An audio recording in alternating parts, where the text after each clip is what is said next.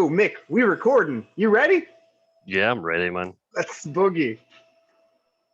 Hello and good Notre Dame to all. Welcome to the Shall We Notre Dame series presented by the Shall We Football podcast. On this series, we talk Notre Dame football and only Notre Dame football. So help us God. This is the Notre Dame Fighting Irish football spring review with me. I'm AJ of the Shall We Football podcast and our guest, Mick. Say what up, Mick. What up, guy? All right. Okay, so coming up, we have the aforementioned Mick joining us for the Notre Dame football spring review. He is from the Next Man Up Eagles pod, great friends of SWF here. You can get at Mick on Twitter at Mik MCGIV.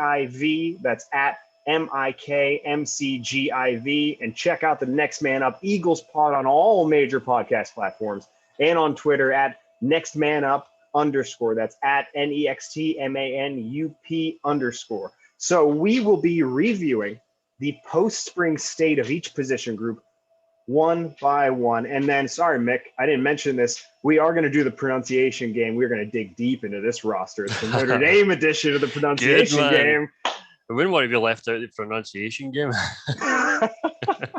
Oh, no. Okay, so we're going to hop directly into it with the quarterbacks. So Jack Coan transferred from Wisconsin, and Jack is a Rose Bowl game playing QB for Wisconsin. Jesus.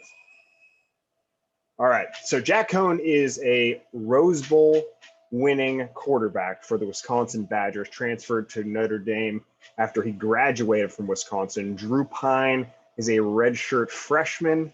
Tyler Buchner is the highly touted and regarded true freshman, less so the legacy Ron Powless. His pops played with the old Irish back in the 90s, and sort of the wild card of it all, who, if he is healthy, may prevent Jack Coan from transferring. That's Brendan Clark, the redshirt sophomore.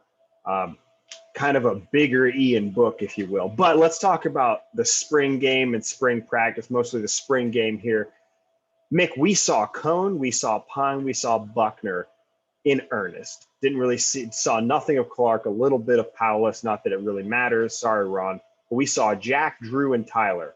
Who impressed you first of all, let me say that this is all taken with a grain of salt, right? So the offensive line is split up.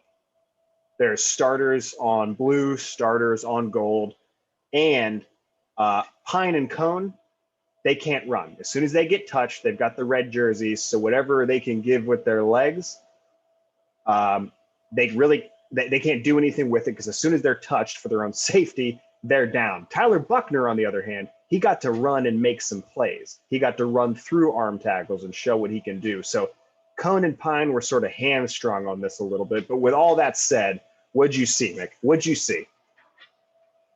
I saw a lot on that game. I didn't really know what to expect coming into it because I'd never watched the Blue Gold game before. I've just come into Notre Dame fandom as of last year at the beginning of the season, around September time. That sort of time. So this was me coming in fresh and having never ever watched a spring game. Culmination at the end of the spring practice. So I wasn't entirely sure what to expect. Pause real quick, Mick. What did you think of the spring game itself before we dive into the quarterbacks here? Of the game itself? Yeah. I know it's kind of tough. It wasn't much of a game. It was hard to keep paying attention to it at some points. Because it was just because the team was split up so much. So there was just, I think Brian Kelly tried to maintain a sort of balance between the two, but it kind of made both really poor rather than, you know what I'm trying to say? I do, and the other thing is... It was a hard watch, but it was still good to see these guys, and get a look at Jack Coan, because I've never seen anything of him yet, so I liked what I saw from Jack. Straight away, he came out with a big play. I think it was in the very, very first snap of the game. Yep. Which was pretty impressive. He just came out flying. Yeah, that was either Lawrence Keys or Joe Wilkins who caught that. I know what player you're talking about. It was a very impressive ball through two guys, a deep pass, which Notre Dame fans are pining for. Pining? Drew pining?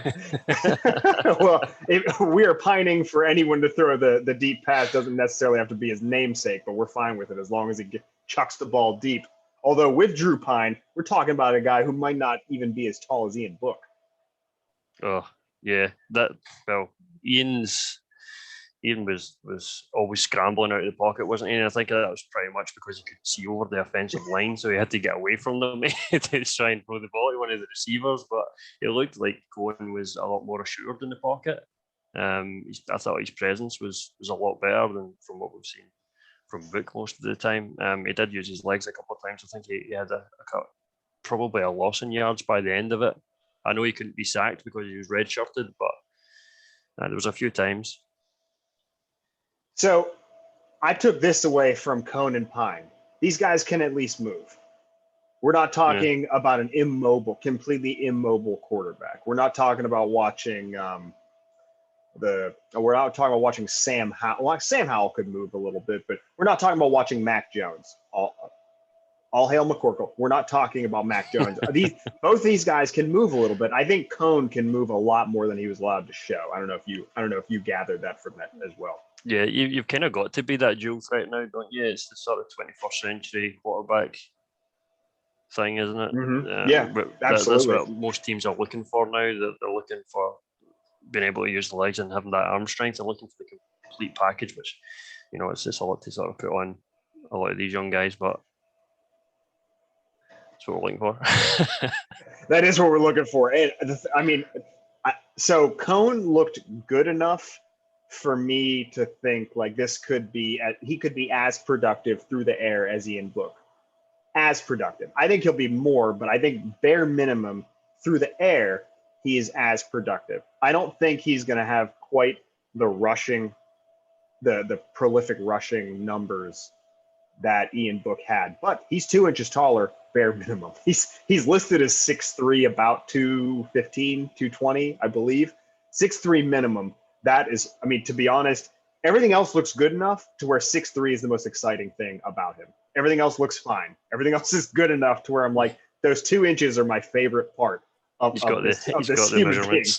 He's got the measurements. So Drew Pine looked fine. His numbers weren't good. He was like 11 of 24 or something not great. They both threw a pick. Drew Pine, it didn't really move the needle for me, maybe down a little bit. So I want to move on to Buckner. What were your impressions of Tyler Buckner watching him run around? Oh, I liked Buckner. I thought he sort of stole the show almost towards the end of it. I thought it was quite interesting that he wasn't redshirted where the rest of them were. So, you could see him, throwing under pressure a lot better than, the other guys. And he made one really sweet ball right down the midfield. I can't remember the receiver, but it was a memorable play. It was really good. So I think if I was to rank the quarterbacks coming into the season, I think Cohen's the starter, but I think Buckner's right there behind him. I think, like you said, I think Pine's stock is sort of fallen. Well, for me anyway. Yeah, I'm with you there. I think Pine is going to be. I think he's going to be okay. I think for Notre Dame fans, he reminds me too much of Ian Book, and I mean, tell me I'm wrong. Are you in the mood for something a little different? I'm not. Is that so wrong to just want something? He's what 30, 33 and 5. How spoiled do we have to be? But still, I think that having Cone at 6'3" is going to provide something that Ian Book didn't have, and that's the ability to see the field, which for what Ian Book did at a generous 6 feet in height is remarkable. But I do think that Pine is going to be the guy off the bench first. Now, I've ranked all these in terms of where I believe the depth chart will land, right? Come at least for the beginning of fall camp. So I've got Cone, Pine, Buckner, Howless, and then Clark is almost impossible to place because we haven't seen him in a while, and his injury was not great. But I do think, in effort to not burn a year of Buckner, a potential year of Buckner, Pine will be the second one in. I was crazy impressed by Buckner though, and it sounds like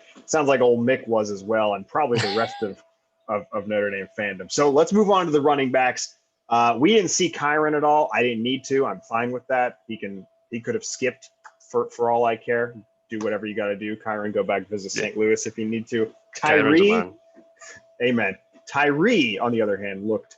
His numbers, he averaged he touched the ball maybe 10 times, averaged 4 yards a touch or something. Doesn't matter. He looked amazing. He looked incredible. We've got what do you solid think? running back room with those two guys. Solid running back room. I'm not worried about the running back room at all on this roster. Yeah, and like I said earlier, and all Notre Dame fans will know this if they've seen the spring game before. Obviously, the offensive line is split up. First of all, our defensive line is really deep as is, but then defensive lines, especially ours, when you split them up, it's still generally better than what the second team of the offensive line can bring, just because of continuity.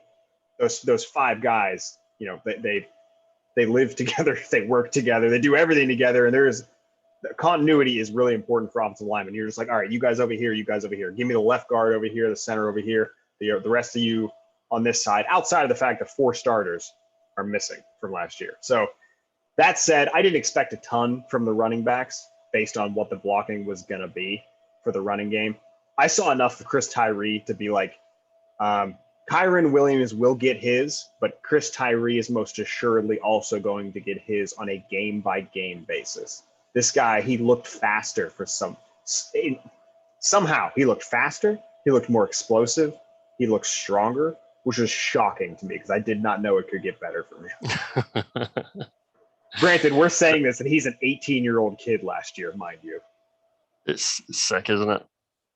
These guys are so young and they're out there doing it, and we're judging them from our front rooms. We're belly full of beer and asterisk for everything that Mik and I talk about for the rest of the episode. These are essentially children, grown children, but children nonetheless. So these guys deserve at least a little bit of slack. Now, we'll still rip them apart. Right, of course. So Williams and Tyree are top 2, 1A, 1B, maybe 1, 2, whatever. The third is Sibo Flemister. Again, he's entrenched at number 3.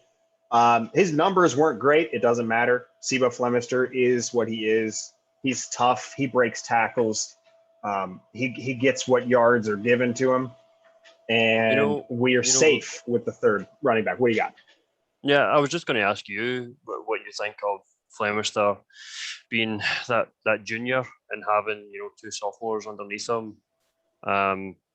He's not going to see the ball an awful lot next season. Do you think he'll potentially transfer just to try and get more game time somewhere else? So I don't think so. Kyron, I believe, will go pro next year. I think he's going to have a good enough season to do so. Tyree will be here. Now, if Flemister gets passed up next spring by Estime and Diggs or whoever comes in with the freshman class, he might consider it then. I get the feeling this guy loves Notre Dame. He is a Notre Dame guy. Who wouldn't? Flemister. Yeah, right. Amen. Amen. Who isn't? I get the feeling that he's here for the long haul.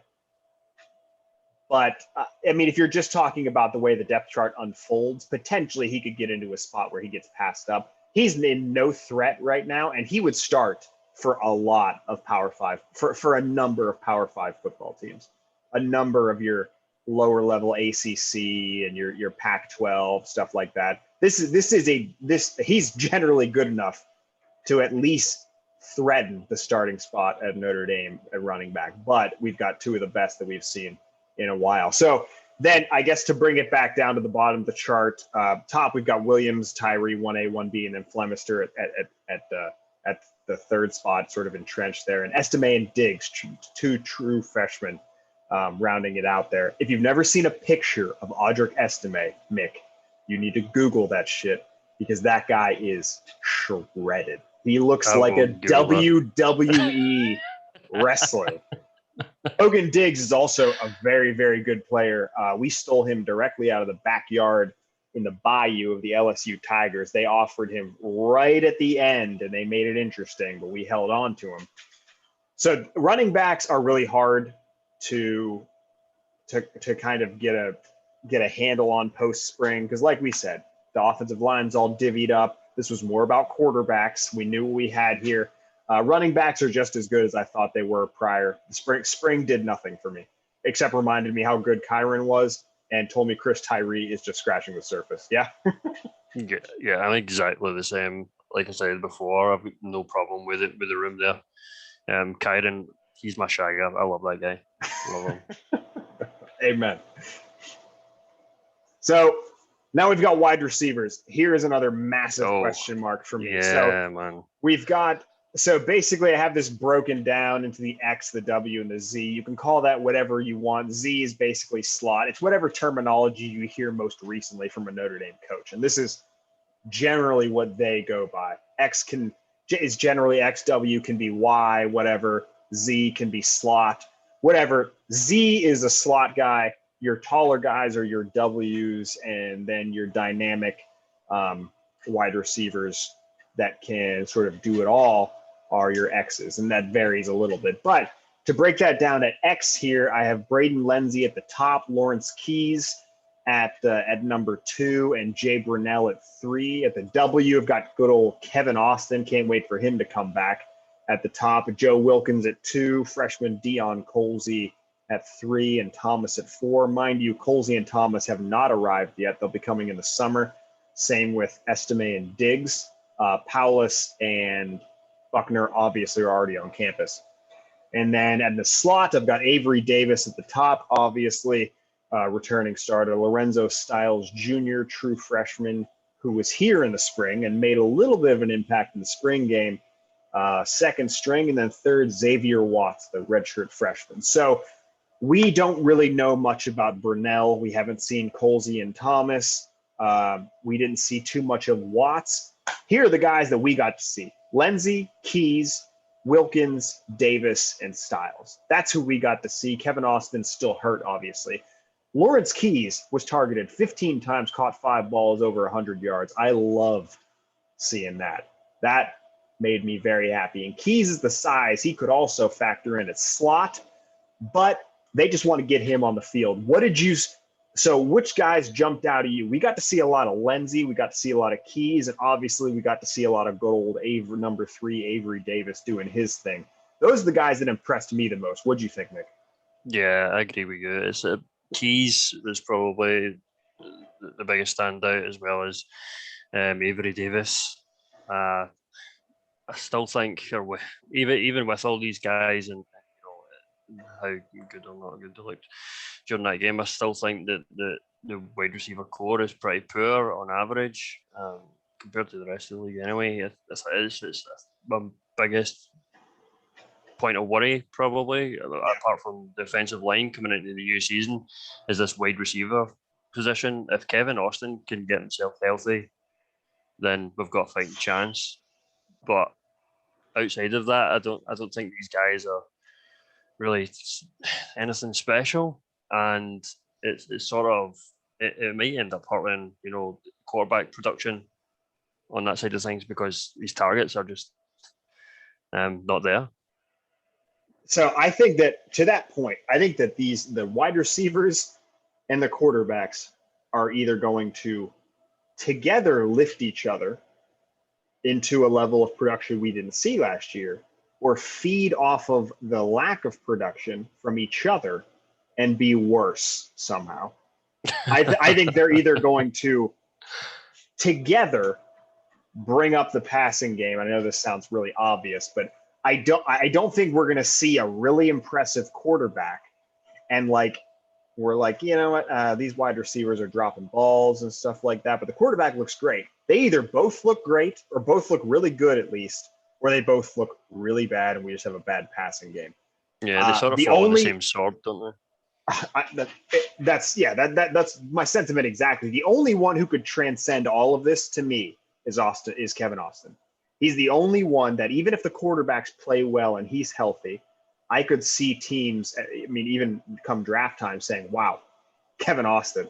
You know, I know he wasn't, you know, he wasn't thrown to by a great quarterback, but he's the kind of guy who, no matter what the quarterbacks do, just like Mike Mayer when we get to tight ends, Kevin Austin is the one guy here who I'm like, you know what? It really doesn't matter what the quarterbacks do. If he's healthy, I think he'll get his. But I'm actually pretty optimistic, or relatively compared to the rest of Notre Dame fandom. Not too excited about the wide receivers and hopeful on the quarterbacks. But like you said, Keys was impressive. Lenzy had his moments. He had a nice toe tap. I don't know if you caught that a little later in the spring game. I might have missed that. It might have been. He had a zoning out during that part of the game. I mean, there were a lot of incomplete passes. So yeah. Lenzy, I mean, that's number 0, the speedster, and we've been waiting on him. He's had a couple end arounds the past couple of years that have us all salivating at that speed, but not much consistency. Avery Davis is not exciting to me, but as it stands right now, he is the most accomplished wide receiver by a country mile on this football team. And he is reliable, and he is not the slouch of an athlete that him being constantly overlooked would make you think. He's a fairly decent athlete as well. But we saw Lenzy, Keys, and Davis. I think Keys could step in for either and play either of those positions if Lenzy gets hurt, which seems inevitable. He has the last few years. The other two guys that we saw a little bit of were Joe Wilkins and Lorenzo Styles, polar opposites. Joe Wilkins, the coaches continue to say plays well in practice, does some things in games, but they also continue to say he just doesn't, the athleticism isn't there. It's just one of those guys that just gets it done, which isn't exciting to fans, mind you. I really like Joe Wilkins. He did have a big drop in the spring game that was a little embarrassing, but outside of that, I like him, even though he's not super explosive or has great deep speed. He's only 6'1.5", maybe 6'2", max, not even a huge guy. And then there is the lightning fast, electric, true freshman, 18-year-old early enrollee, Lorenzo Styles, who came in and caught a pass. Those two guys bear some further viewing, especially come summer and then fall, to see what they can do. And then the guys we haven't talked about are Brunell and Watts. We didn't really see much of them, not really much to talk about. Hopefully they can make their moves. They're both redshirt freshmen. And then I'm excited to see Colsey and Thomas whenever they come in the summer. FYI, Colsey, Mik, is 6'4", 200 pounds, 195.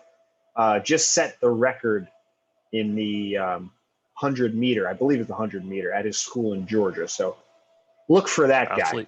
Look for that guy. And that guy and Lorenzo Styles. So he just sounds like a player, doesn't he? You don't need the stats to back him up. His name just right. I don't know if you remember. It looks like it should just be in lights. Right. There was a safety Notre Dame had a few years ago named Jamoris Slaughter. It just doesn't get any more football. Oh yeah. Than that. So I'm excited to see those guys come in, and so Colsey may have his path to playing time if Kevin Austin isn't able to go, which I really hope he is. I hope the kid gets his chance finally, but and takes advantage of it. But we will see. So the tight end, we can probably talk about this for 2 minutes and call it a day. Mike Mayer is the best tight end in college football. George Takis has had a little bit of experience. Kevin Bauman, a little bit injured in spring. And then there's Mitch Evans and Kane Brong, the true freshman. I'll give you this, Mik. Outside of, say what you need to about how good Mike Mayer is, and then tell me what you thought of Mitch Evans. Oh man, I've been telling everyone how good Mike Mayer is. Like from last season, the guy just he's just electrifying, isn't he? He just sort of came in and took over straight away, and he's got that bit of bravado about him. He's got safe hands. He's an all round player, and he's just going to get even better in the season coming, and potentially the season after that. There's probably 2 years still to go before he enters the NFL. But anyone with ears that will listen to me, I've been telling Mike Meyer, he's been sort of dubbed that baby Gronk moniker that a lot of tight ends sort of adopt during their college days. But he's just got that extra factor, doesn't he? It's He's stupid. Really, he's just it really is It's stupid. That's the best way to put it. It's stupid. And you know what? Let me say this. When I saw Mitch Evans, I saw number 88, and I was like, that's Mike Mayer's body and not his number. And then when they called out true freshman Mitch Evans did what he did in that spring game. He caught like 3 balls for, I think, 60, 70 yards, something like that. I was shocked that wasn't Mike Mayer. I saw him move, and I was like, that's Mayer doing Mayer shit. And then they were like, that's true freshman Mitch Evans, who played quarterback in high school. And I was like, you got to be shitting me. Is Notre Dame just TEU, baby. TEU. Took the mantle over from Stanford. OLU and TEU. OLU and TEU. Mitch Evans was incredibly impressive. That guy, I mean, to play quarterback in high school takes, at his size, he's like 6'4", 240, probably something along those lines. And he looks like he is the next great tight end that we have. Unfortunately for him, Mike Mayer, unfortunately for Mitch Evans, but I have a feeling that we're going to see number 88 on the field at least a little bit. I would be shocked at this point if that guy, not shocked, I would be kind of upset if he redshirts. I would like to see him for more than 4 games. I think he can contribute to the offense. He looked startlingly good. Did Notre Dame just seem to find these guys all over the place? In fact, it was one of the commits that I noticed that we'd brought in another tight end who looks pretty good. I've sort of forgotten his name, but I'm pretty sure ginger hair. They're Eli something. So that was the next class. Eli Raritan and Holden Stays. They just brought both of those guys in. And Notre Dame fans, if you have not watched a lick of film on these gentlemen, I would suggest you hop over to Huddle and take a look-see, because they are impressive. Raritan plays like a wide receiver, and Holden Stays looks like Tommy Tremble 2.0. Probably maybe not quite the blocking prowess, but still a hell of a player. So, Mick, we were talking a little bit ago about the offensive line and how a team losing 4 starters makes that same position group a strength. So I'll tell you how it does. You bring in Blake Fisher and Rocco Spindler, and you cement over those holes in the offensive line. Blake Fisher, Mick, looks like he may start day one as a true freshman 18-year-old at left tackle for the Irish. That's and crazy. I'm so, I mean, this isn't news, but I'm fairly comfortable projecting he starts at left tackle with Jarrett Patterson. Now he played center and was one of the best in college football last year. Yeah, but Zeke came in when he got injured, didn't he?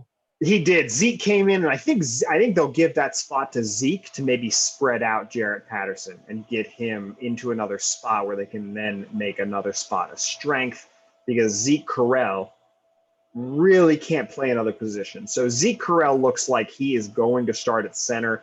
Blake Fisher looks like he is going to start at left tackle. We just did see Dylan Gibbons transfer to Florida State, actually, and he was in line to at least fight for a starting spot on the front 5. But if he didn't get it, there was about 7 guys fighting for it at the time. Right now, without him, there are 6. So the 6 guys are Fisher, Patterson, Correll, Josh Lugg, Tosh Baker, and Rocco Spindler. Those are your 6 guys fighting. Just based on how Brian Kelly seems to work with true freshmen. I'm going to give the benefit of the doubt to the upperclassmen. So my projection here was that Fisher starts at left tackle day one.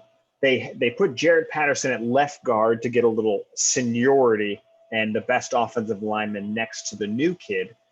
Zeke Correll at center, Josh Lugg at right guard, who played a little bit of center, if you remember last year, Mick, towards the end of the season. Yeah. And then Tosh Baker at right tackle. Now, what could happen here is instead of Lugg playing right guard, he could bump to right tackle, and then Rocco Spindler, the true freshman, could start at right guard, leaving Tosh Baker on the bench. What I have projected here is that Spindler, because he's a true freshman, hits the pine, and Josh Lugg gets the start at right guard and Tosh Baker at right tackle. That's where the variance is for me. Now, Jared Patterson, who, mind you, we did not see in the spring, could throw a wrench into this, and they could be like, oh, yeah, Jared, left tackle is yours. Then Fisher moves to right tackle. What the hell happens to Baker? There's a lot of moving parts here, but there's six guys that are assured this spot. And we can get into the backups. I'd say we save that. So there's six guys. Is there anyone, first of all, the size of Blake Fisher, was that confusing to you? I didn't know they made 18-year-old people that big. He's 330 pounds. He's 6'5". He's like a double-decker bus. Have you ever seen one of those? Do you have those in the US? We don't. I am familiar with them, though. So what did you think of the size of that man? And from what you could see, what did you see from the offensive line? And what did you think of the preview we got in the spring?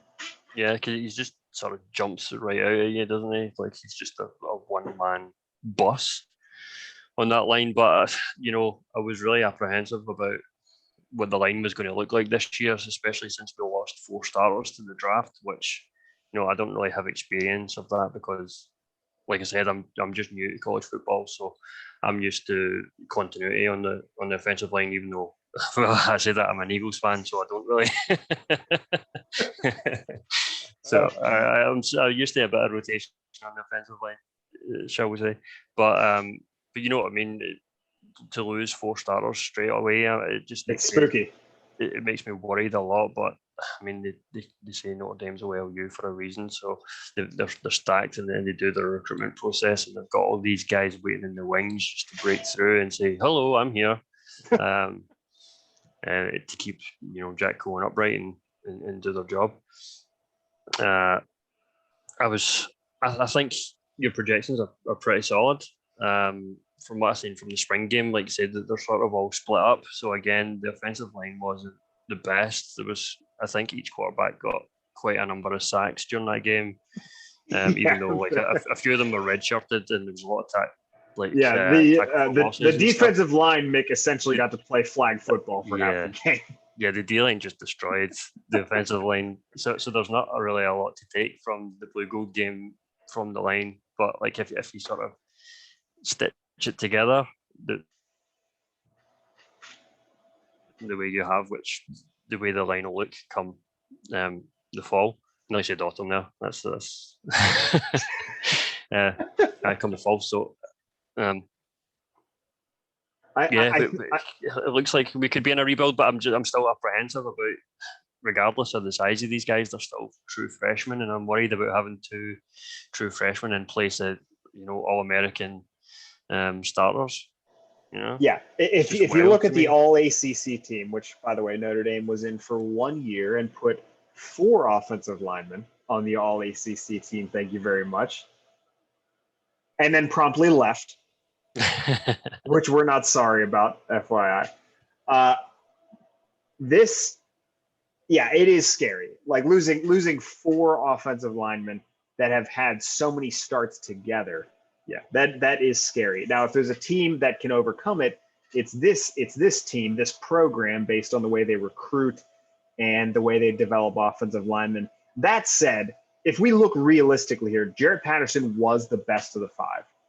He was. Liam Eichenberg and Aaron Banks made a strong case, but Jared Patterson was maybe the best center in college football, and that includes Landon Dickerson and Creed Humphrey, who went in the first 3 rounds of the NFL draft.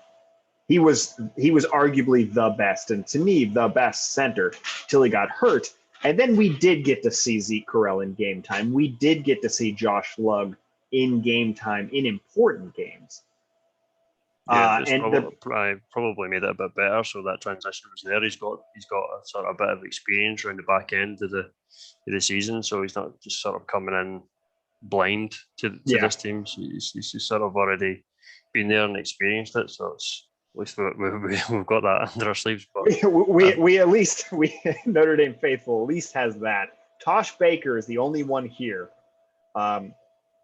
who has been on the team and hasn't seen any time, any significant time. Blake Fisher, obviously true freshman. That guy seems transcendent immediately. Tosh Baker, however, might be is the only one here who doesn't have anything, any sort of tagline, hasn't started, isn't a freshman phenom, although he was damn near a top 100 player. Also, he's 6'7" and 310-ish pounds. Big feller out of Arizona. Big guy. But we might, so like I said, we might not see him. Lugg might move to tackle, where it is said that he is best placed. And then that might bump another true freshman, Rocco Spindler, into the right guard spot.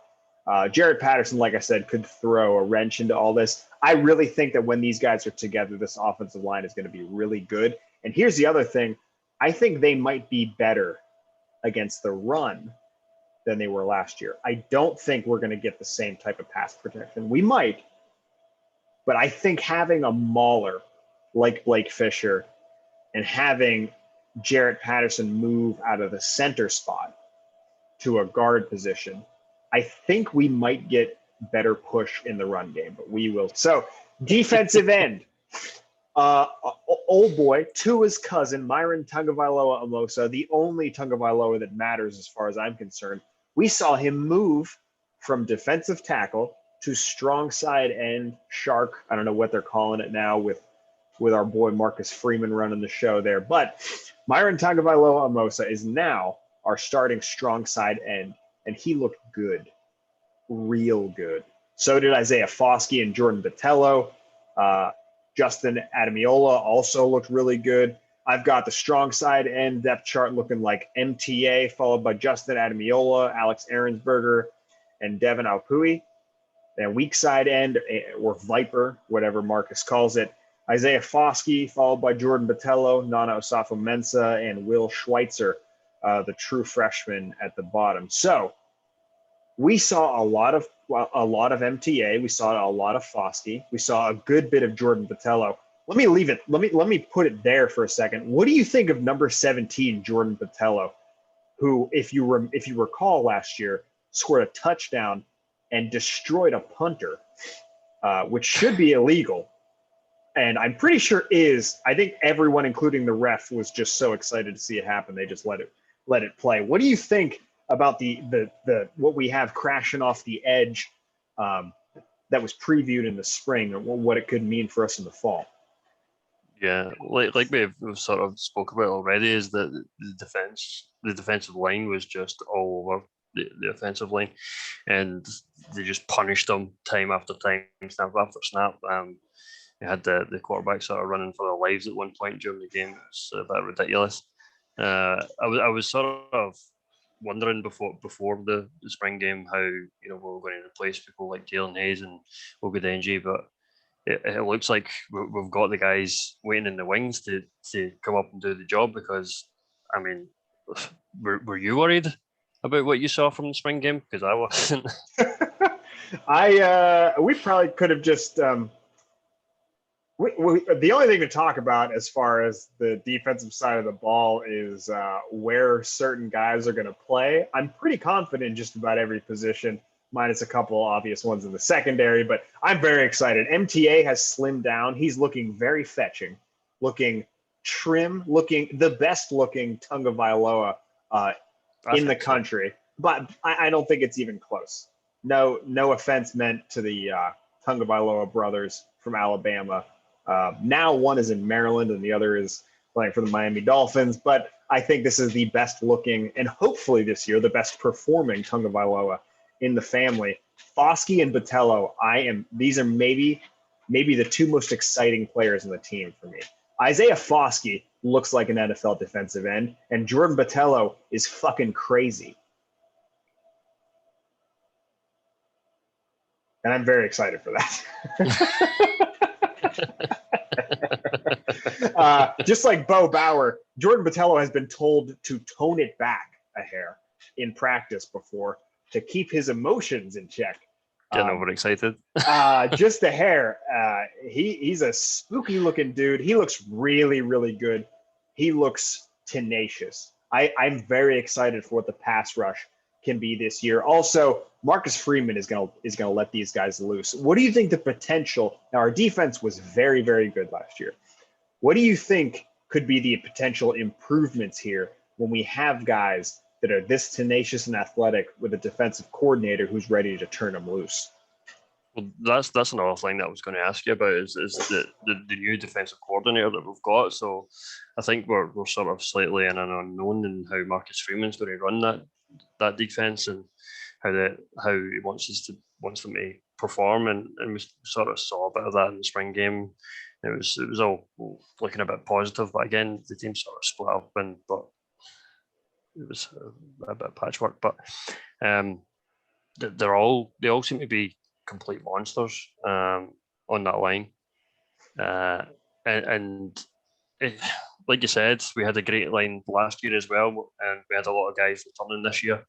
So it's one of the areas where we don't really have a problem. We've seen a lot of the times last year where we were just totally stopping the run game from a lot of the other teams like UNC and Clemson in particular. Yep. They just had no run game because of the what they did against UNC, Mick, was nothing short of spectacular. Oh yeah. With Javonte Williams and Michael Carter doing what they did to every other team, especially what they did to Miami, who, by the way, had first-round pick Jalen Phillips and late-round pick Quincy Roche on that defensive line, and they made them look stupid. They made them look awful. Miami was beaten by the end of that game. Beaten spiritually, not numerically. They were beaten spiritually. That turnover chain was buried. Nowhere to be found. And Javonte Williams and Michael Carter, for the most part, were kept in check by that defensive line last year. I think these guys are going to be almost as good. I don't want to say better. That D-line last year was fantastic and had better depth just, by sheer process of attrition, guys leaving. They're going to have better depth. I do think that the guys that are starting now contributed to how good that D-line was last year, based on who can come in behind them.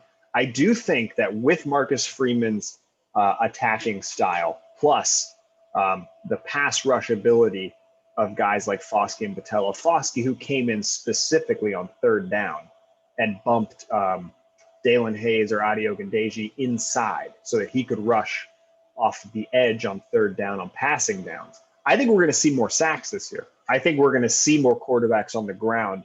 We might not be as structurally sound as we were last year. We could generally rely last year on not giving up massive plays. I do think this year we might give up a couple more, and this has been said in Notre Dame fandom and on the interwebs. But I do think it's going to be a higher risk, higher reward system. And frankly, I don't know about you, I'm kind of excited to see quarterbacks go down, even if that means we give up, a run or a pass or two that's not in a Clemson game, but still embarrassing. I can see why they redshirted their quarterbacks then for the spring game if that was the line that they were facing. yeah, don't want anybody getting hurt. That's true. I don't know how long that meeting was where they were like, you know what, I know that Tyler Buckner hasn't played in 2 years, but I think he might die. I think these guys might kill him. And someone else was like, well, we've got 4 more guys in the quarterback room, so I think we'll be all right.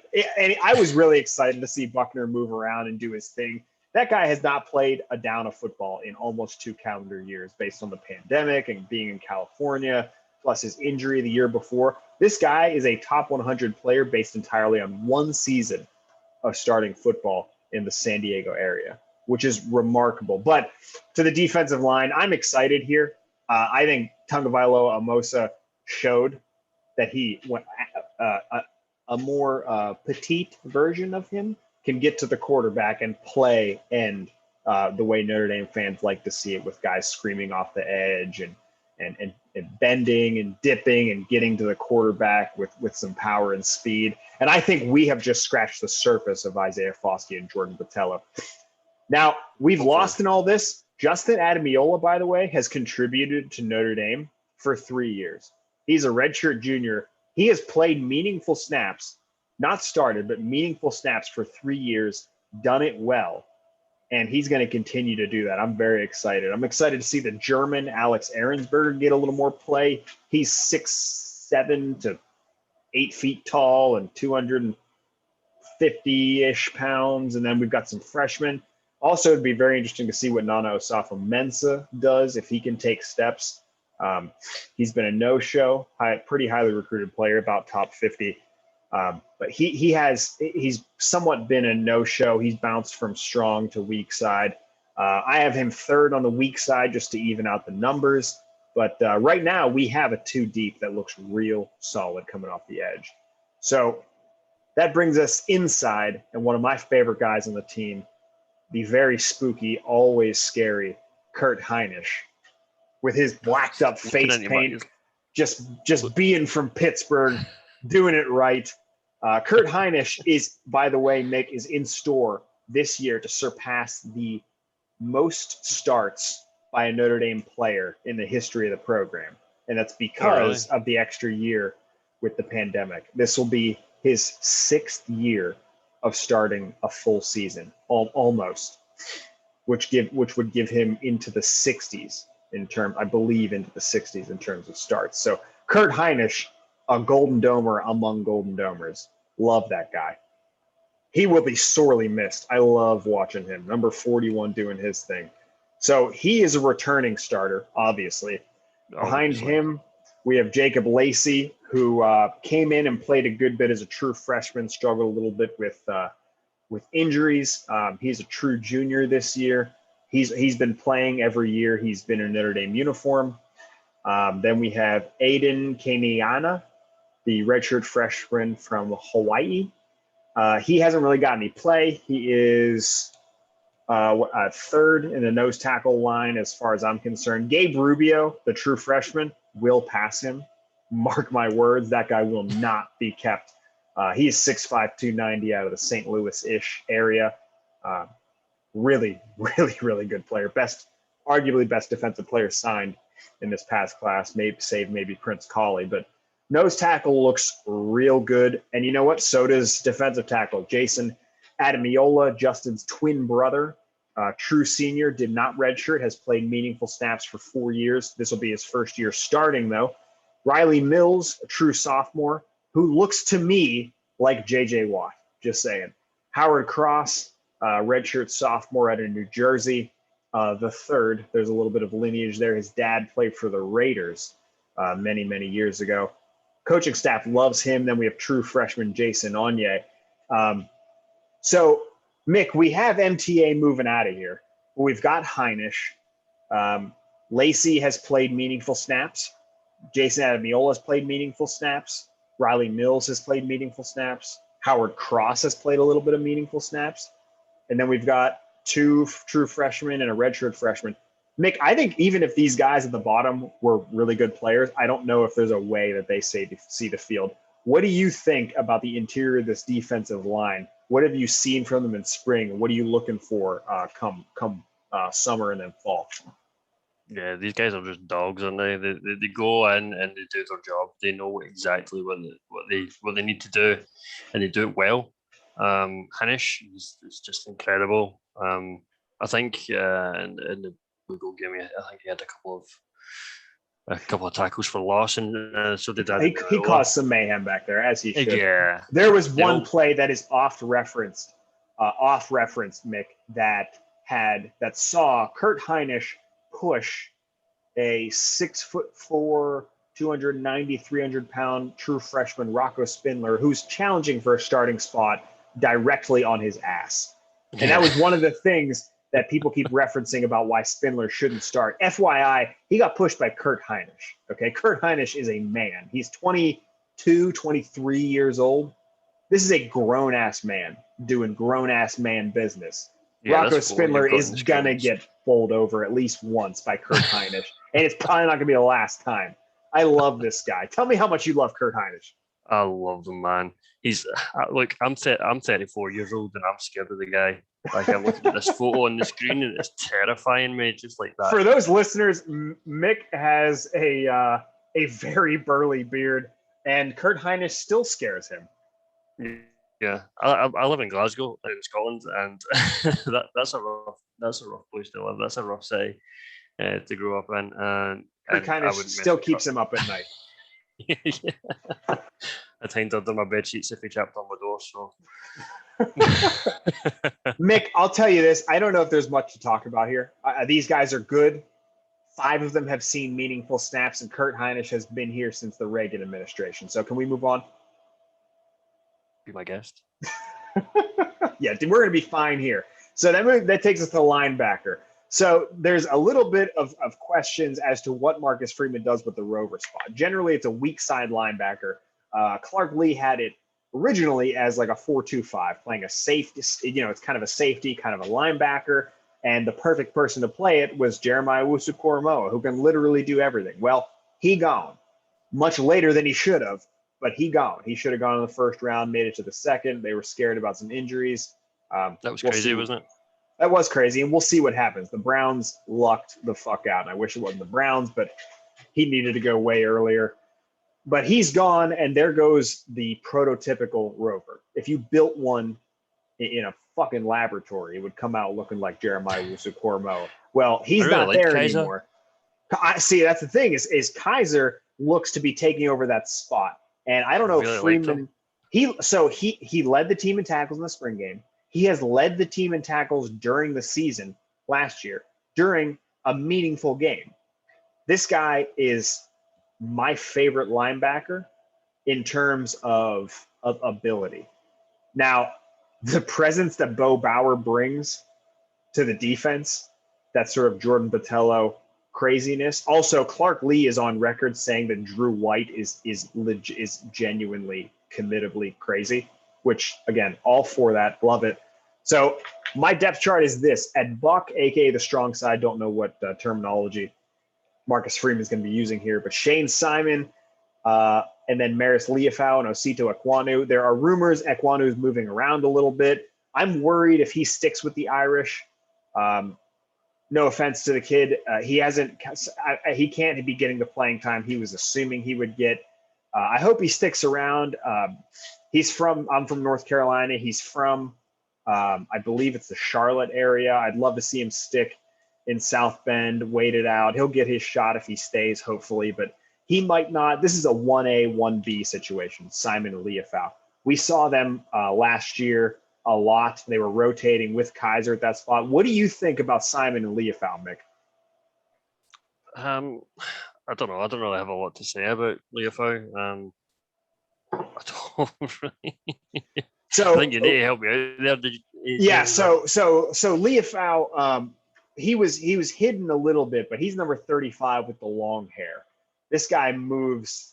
He is aggressive and he hits hard. I like him a lot. Shane Simon is very toolsy. He's fast. He's strong. He's big. They were worried about him playing in space, or he would have started much earlier on. But these guys sort of rotate a little bit. I like what I saw from them in the spring game. I think we're set there. Middle linebacker, I don't think much needs to be said. There's Drew White, Bo Bauer, and then it doesn't really matter, even though J.D. Bertrand is beloved by the staff for what he does. Mike isn't going anywhere with White, Bauer, and Bertrand. And then here's where it gets interesting. So we've got Jack Kaiser moving over to what used to be rover and might now be just regular weak side linebacker. So we talked about it. I love Kaiser. Mik, you love Kaiser. What did you see from him in the spring game that made you love him even more? I think it was just, it sort of, they were talking about it in the NBC feed. and they were just saying, Kaiser looks like he's going to be, that rover position, the Jeremiah Owusu-Koramoah replacement, and I'm like, that's big boots to fill. That's big shoes. Yeah. But he immediately stood out. He just made his presence known on the field, and I think he was probably between Kaiser and DJ Brown were probably my biggest highlights of that linebacker safety sort of positions during the Blue Gold game. I'm really excited about him. I'm really looking forward to how he pans out in that position, and if he can fill that role that's been vacated by the Joker. I just want to see him get on the field more. I think the more he's on the field, like the better we will see from him. I think he just needs to be out there. And I think he needs more reps, and one game will be enough for him to have for the competition to be fully settled. I think it's pretty much fully settled. That said, Isaiah Pryor, his backup, was a top 50 player who transferred from Ohio State. Now, there's reasons he didn't start at Ohio State. I think he did for a tiny bit, and he was passed over. Anyway, he came here as a safety. Couldn't really, no offense to the kid, couldn't really trust him back there to keep guys from catching the football. So they moved him up towards the line. Physical guy, very well built. But he is now relegated again to a backup role. Prince Colley is a true freshman. He's coming in the summer. He might make some noise. I would be mildly shocked if he scratched any starting time. Paul Moala, however, another Hawaiian gent, he got hurt and wasn't able to participate in spring. He was being talked about as the potential starter before he got hurt. He'll be interesting whenever he comes back in. But like Mik and I have said, Jack Kaiser is maybe the one of the most exciting players on a defense full of exciting players. So that brings us to cornerback, which there have been some concerns here, maybe a handful. Clarence Lewis, however, came in as a true freshman last year and played some damn good football. On the field side, which is the side that has the most area, whenever the ball is placed on a hash, the field side is the bigger side of the field, and the boundary side is the smaller side. And they'll switch based on, and this is some defenses, but they'll switch based on what side of the field is bigger. The larger side gets the field corner, someone who can move more, who is better in space. The boundary cornerback is generally a bigger guy. So at field, we've got Lewis holding the incumbent, holding down his spot. Tariq Bracy, who gave up his starting spot to Clarence Lewis last year, but can still play some really good ball. And if he can settle that nickel corner spot, will be fucking golden. So Tariq Bracy, I have second there. Then a couple true freshmen in no particular order here, Chance Tucker and JoJo Johnson. Then in the boundary, we have a new starter, Cam Hart, came in as a wide receiver. Coaching staff fucking loves the guy. He's 6'3", redshirt sophomore. Ramon Henderson, who's 6'1", 6'2", came in and made some plays in that spring game, redshirt freshman. Then Caleb Offord, this is the boundary spot, Hart, Henderson. Caleb Offord, a redshirt freshman, don't really know too much. I didn't see too much from him in the spring game. And then freshman Ryan Barnes rounding it out there. All we need, Mik, is 4 guys. We need 4 reliable cornerbacks on this team. And I've heard it said that we have 1 number 2 corner in Clarence Lewis, no true number 1. Then we have 3 number 3 cornerbacks in Bracy, Hart, and Henderson. I think we can be better than that here. Yeah. I think these guys will develop. What are your thoughts with this? Man, I think corner is one of our weakest positions. And I thought we would possibly go looking for a corner, go into the recruitment market, and look for someone that could be that true CB1, because these guys, whilst they did okay last season, and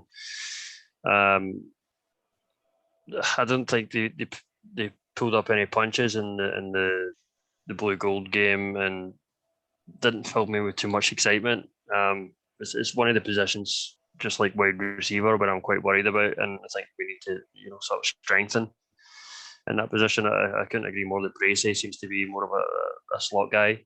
If we can, if he can, start performing, as well as we know that he can, because I think he sort of dipped in form just slightly. If he can, sort of get back up to those heights, then we don't really have a problem there, and we seem to have the depth throughout the chart. At that sort of slot position, CB2 position, but there's no clear CB1 really for me. Yeah, we've got a lot of guys that could qualify well as a CB2 or a CB3. I think Clarence Lewis takes a step. He was impressive for a fucking 18-year-old kid coming in and playing on an undefeated playoff team and then performing in the biggest win Notre Dame has had since I was 2. Those are big shoes. And by the way, Tariq Bracey came in and started as a 19-year-old kid. These guys, Bracey, I think it's been said, I think it's a confidence thing with the guy. He's a little small, but he's got tools. He's a fast guy. I'm actually excited for Cam Hart, but like Mik said, overall, this is on paper relatively concerning. But I mean, it has to be said that the quarterbacks and wide receivers didn't look great, and there's some outstanding reasons for that, but we should maybe at least attribute a little bit to the fact that the corners may have played relatively good defense on the wide receivers during the spring game. I think they deserve a little bit of credit.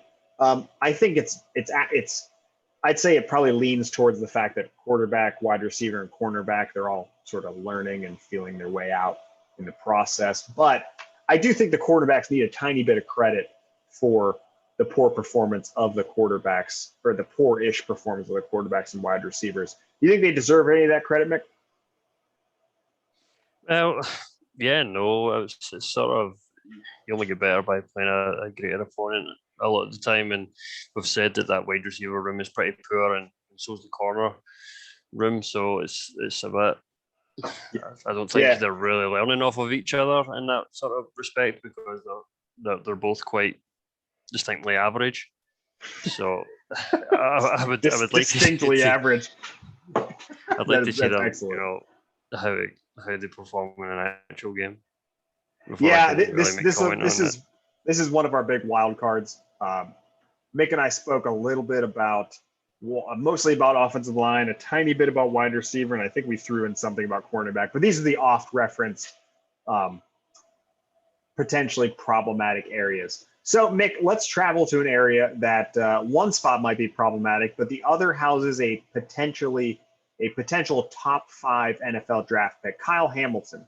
Thoughts? Mik is praying right now, it would appear. I don't know if he's a religious man, but he just became one if he's not. Kyle Hamilton is everything. Can we keep him forever? Can we just keep him forever? We'll see if we can fix something in the admissions office at Notre Dame. Maybe keep him around for another couple of years. I don't think he'd sign off on that, but maybe we can get something by. Kyle Hamilton. Everyone's already looking at him. Yeah, he's projected top 5 already. He's projected top 5 last year for 2022 draft.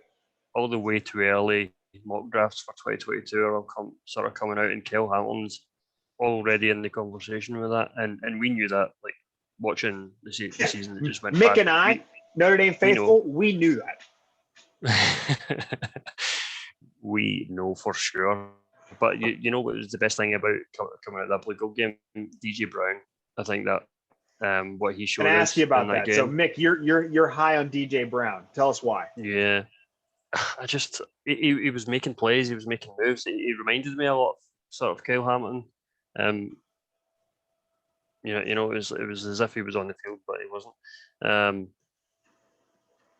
I was just really, really impressed. I think I don't really have the stats in front of me of how he performed. No, DJ Brown was objectively, by the eye test, impressive in that game. And this guy has been getting not necessarily meaningful, but this guy has game experience in a number in multiple years, just because safety had been it had been manned pretty well, but outside of the top line when we had Elliott and Gilman, and then Hamilton, Elliott, and Gilman, which was the best safety room that Notre Dame has had in my lifetime, maybe outside of the Harrison Smith years, but I'd say these guys are the best. But Hamilton is the alpha. DJ Brown, he can play both free and strong. And like Mik said, he was very impressive in that game. Also impressive, and the free safety depth chart I have is Hamilton, Brown, and Walter. Also impressive was Walter's pick. I don't know if you saw that. Walter is a true freshman, soaking wet. Mik, he's 175 pounds. He looked like he belonged out there. Tell me I'm wrong. A strong wind would take him out, I think, mate. Mm-hmm. One of those good old Midwestern winds take him right out. I'm sure they've got stuff like that in the aisles over there. But no, it did, and that pick was probably just the sugar on the donut, wasn't it? It was sweet. Yeah, he looked like he belonged out there, even at 175, maybe 180 pounds. Where we dive into treacherous waters, Mik, is when we move over to strong safety.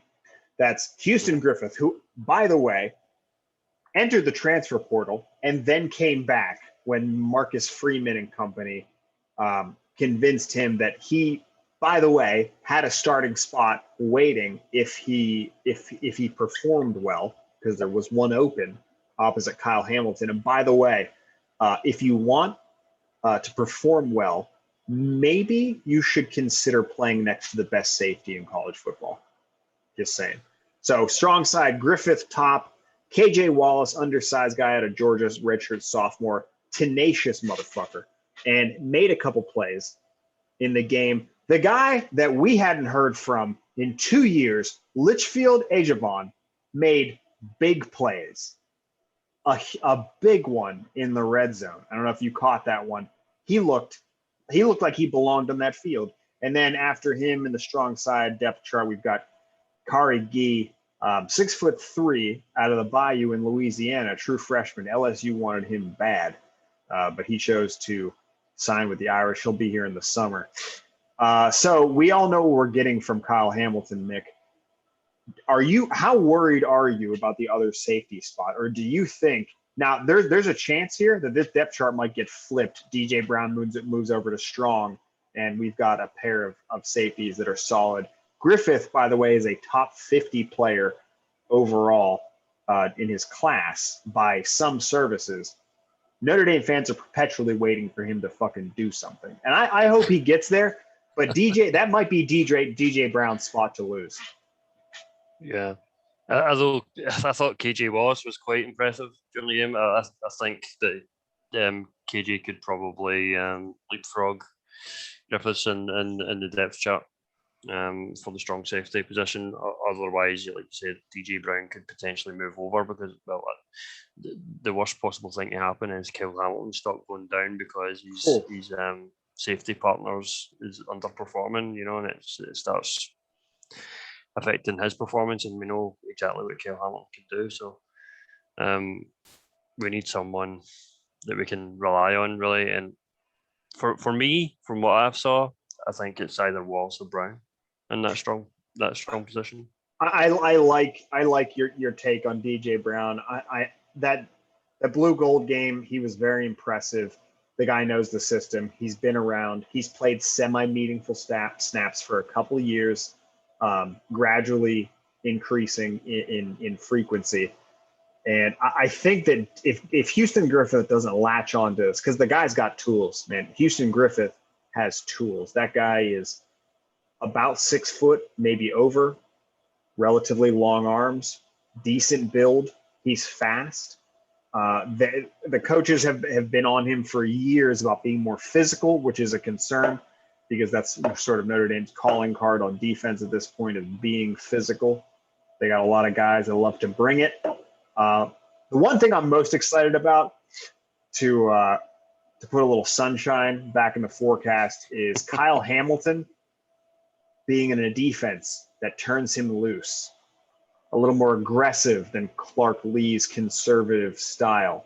I'm excited to see how many touchdowns, interceptions, and big plays Kyle Hamilton can make this year. He's got all the big plays, doesn't he? His highlight reel could probably be endless by the end of next season. It's going to be sweet. Yeah, I think Kyle Hamilton.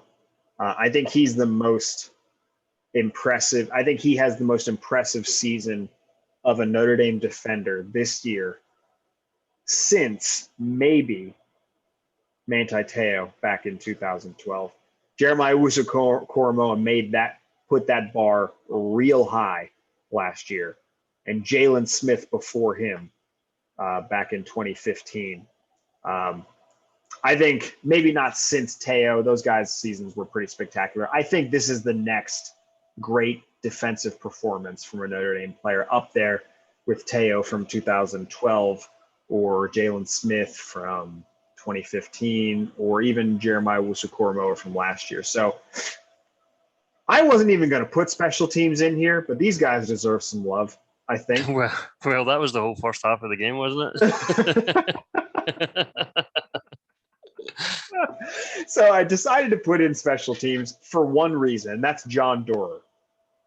So this guy was automatic in 2019. 2020, the first half, he looks pretty much the same.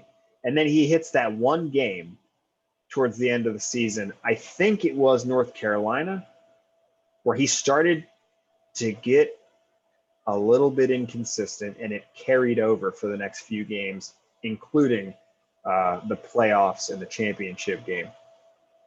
Do you think there's any chance that he gives up that spot? I really don't think there is, but Josh Bryant is about as good a kicker prospect as exists. By the way, Jay Bramblett is a damn good punter. Yeah.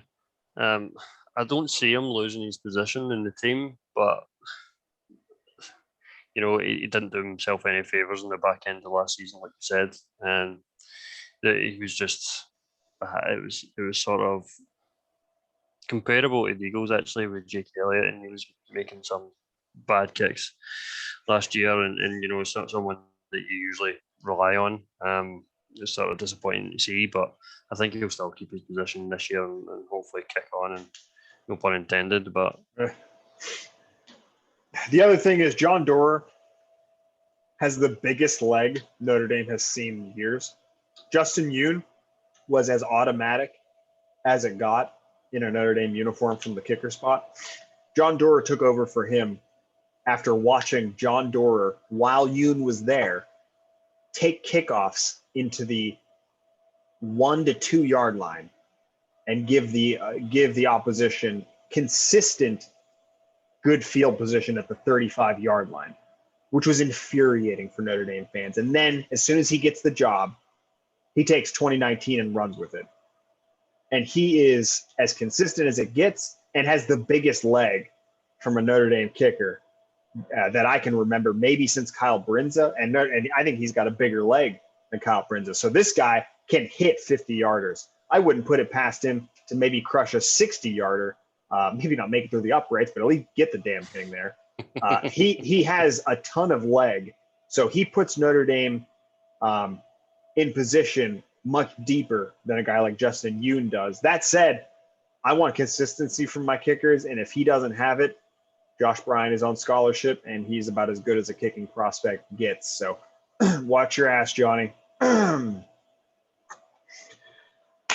Okay, Mick, it's about that time. It's the pronunciation game, words Evan can't say.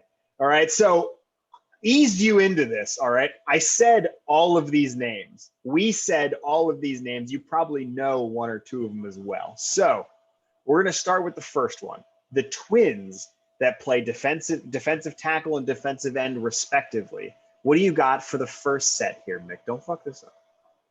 Yeah, I'm definitely going to fuck up. I've had about 4 glasses of whiskey. Well, you've been speaking and doing all the good podcast stuff. I've been drinking in the background. So, the tongue. You can only appreciate Mick in the YouTube in the YouTube release of this. That's where Mick is best appreciated. So listen to the podcast, but also head over to the YouTube channel and watch it there. That's where Mick shines. Oh man, you didn't tell me this was going on YouTube. We're not monetized anyway. Nobody cares. Nah. All right. So the first one, what do you got? It's Jason and Justin Adebayola. Yeah. So it's Adamiola, but I'll take it. That's 10 million points for you, Mick. Let's move on to the second. This is our backup tight end after the great Mike Mayer. I love this guy. I love George Takis. Hey, 100 million points for Mick, and these points will come back at the end of the podcast. Boy, tight end, that's Mick's boy, TEU, George Takis. All right, and now we've got a defensive end, my third string weak side Viper. What do you got here? You know, I didn't know his first name was Nana. Facts. I didn't make this one up. That's news to me. Does that mean anything in the US? Because that means like grandparent and yeah, it's generally grandparent. Yeah. Osafo Mensah. Yep, that's big points for you, Mick. All right, so this is the linebacker with the long hair from the West Coast who flies around and makes big contact. It's the guy I forgot about earlier. The guy, number 35. What's his name? Maris Liaf. That it was right there, Mick. Finish it up, Leofo. Oh, lots of points for you, Mick. Well done. All right, so the next one. So you've perfectly executed 3 out of 4 here, and the one you didn't was microscopically close. So this is the best pronunciation game we've had thus far on the Shall We Football Podcast Network entirely. So the next one is a freshman running back. My dad got this one. Let's see it, Mick. Audric Estime. Well done. Well done. Full to be. Disclosure, I don't know how to pronounce this last one. So give it your best shot, and you will get all the points for effort. And maybe you're right. Devin.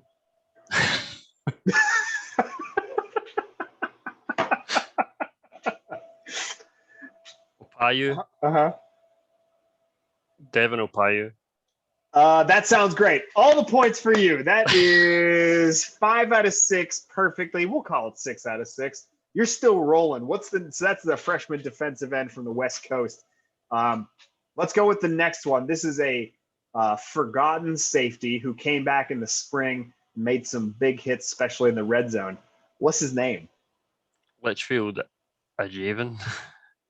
That is good enough for me, Mick. Well, 100% for you. Okay, so now we got a defensive end from Hawaii. Notre Dame loves their Hawaiian gentlemen, and the fans do too. What is his name? Defensive tackle, nose tackle. Oh man, I don't like this one. It's the Hawaiian guys. Neither do I. I don't know how to pronounce this. This is like Devin Apui or Piu. I'm sorry. We're very sorry, Devin and Aiden. We're doing our best. You have too many vowels in their names. It's too hard. Drop a couple of vowels and come back to me. Aiden Kianina. Hey, well done. Well done. I'm not sure. Great job. So the last one, you better know this one, Mick. This is probably one of our captains. Amen. Amosa. And that is the best looking of the Tagovailoas by far. The most dapper, and he's also, ladies, trimmed down a bit for your pleasure. I thought you were going to say available. That I can't be sure of. I haven't checked his Twitter account. All right, so that is a huge thanks to Mick of the Next Man Up Eagles podcast. We love these dudes, and they are great friends of the show and will continue to be. Love having them on. Mick, Phil, Liam, great dudes. Now everybody clap. Everybody clap. Come on, Mick. All right. All right, that was a lot of fun, that clapping. Thanks for listening to Shall We Notre Dame. All Shall We Notre Dame episodes will be listed on the Shall We Football podcast, which you can find on any major podcast platform. That's the Apples and the Spotifys and the Googles and the Goggles. Every episode is also available in video format on YouTube alongside other content. So like, subscribe, and press the notification bell to be alerted every time we upload. And don't forget to follow us on Twitter SWF_podcast for more Notre Dame content when we fucking feel like it. When me and Mik decide. So Mik, plug away what you've got and what your podcast has got, and then we'll bring this shit show to a close. Oh man, we've got Eagles content coming out of your arse. We've got if you like the Philadelphia Eagles, listen to us. If you don't like the Philadelphia Eagles, listen to us, because we give them shit. We give them praise. We give them what they deserve. The three of us, Liam, Phil, and I, we like our football. We're all from the UK. We're not immersed in it as much as you guys, but we're learning. We're trying. We're trying. Mik, it's like I said, we live in an echo chamber here. All right, we live literally hearing the same shit over and over from guys who have watched the league for years and years and years. When you guys come over with some fresh perspectives, it is a breath of fresh air to hear some new shit for the first time in forever.